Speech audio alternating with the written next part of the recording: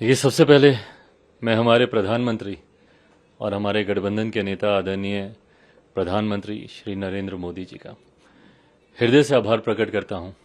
जिस तरीके से उन्होंने हमारी पार्टी के मान सम्मान को बरकरार रखा, जिस तरीके से हमारी पार्टी की उन्होंने चिंता की, मैं उनको विशेष तौर पर धन्यवाद देता हूं।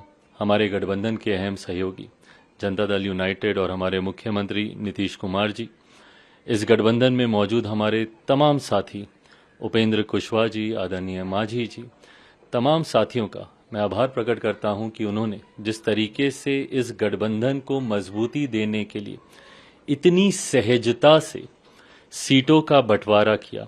यकीनन जब कोई बड़ा गठबंधन बनता है तो हर दल को छोटे मोटे कॉम्प्रोमाइजेस करने पड़ते हैं, थोड़ी बहुत कुर्बानियां हर किसी को देनी पड़ती है। और मुझे लगता है कि एक बड़े जो लक्ष्य हमारे प्रधानमंत्री जी ने हम तमाम एनडीए के साथियों के लिए तय किया है 400 प्लस सीटों के साथ जीतने का, उसके लिए मुझे लगता है हर दल ने बहुत सहजता से, मुझे भी अपनी एक सीट कम करनी पड़ी, वो भी हम लोगों ने बहुत सहजता से की। जनता दल यूनाइटेड ने भी अपनी एक सीट कम की।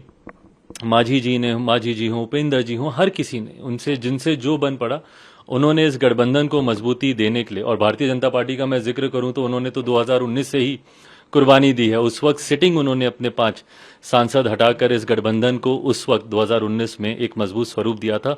और आज उससे ज्यादा मजबूत स्वरूप, उस वक्त जो साथी हम लोग के साथ नहीं थे, आज वो भी हमारे साथ इस गठबंधन में मौजूद हैं।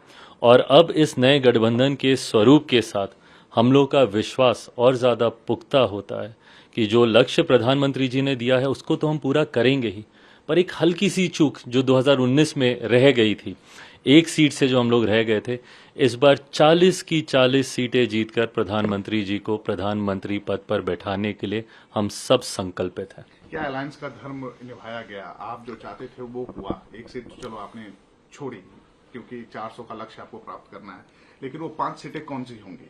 भाई, इसका जिक्र भी प्रेस कॉन्फ्रेंस में किया गया। लोक जनशक्ति पार्टी जमुई, जहां से मैं वर्तमान में सांसद हूं और मेरी वो कर्मभूमि रही है, जमुई हम लोग के पास है। और मेरे पिता की पहचान, मेरे पिता की कर्मभूमि, जिस धरती को उन्होंने अपनी मां माना था, हाजीपुर, ये दोनों सीटें एक अलग महत्व मेरे लिए व्यक्तिगत तौर पर मेरे परिवार के लिए रखती हैं। तो जमुई और हाजीपुर के साथ साथ समस्तीपुर है हम लोग के पास।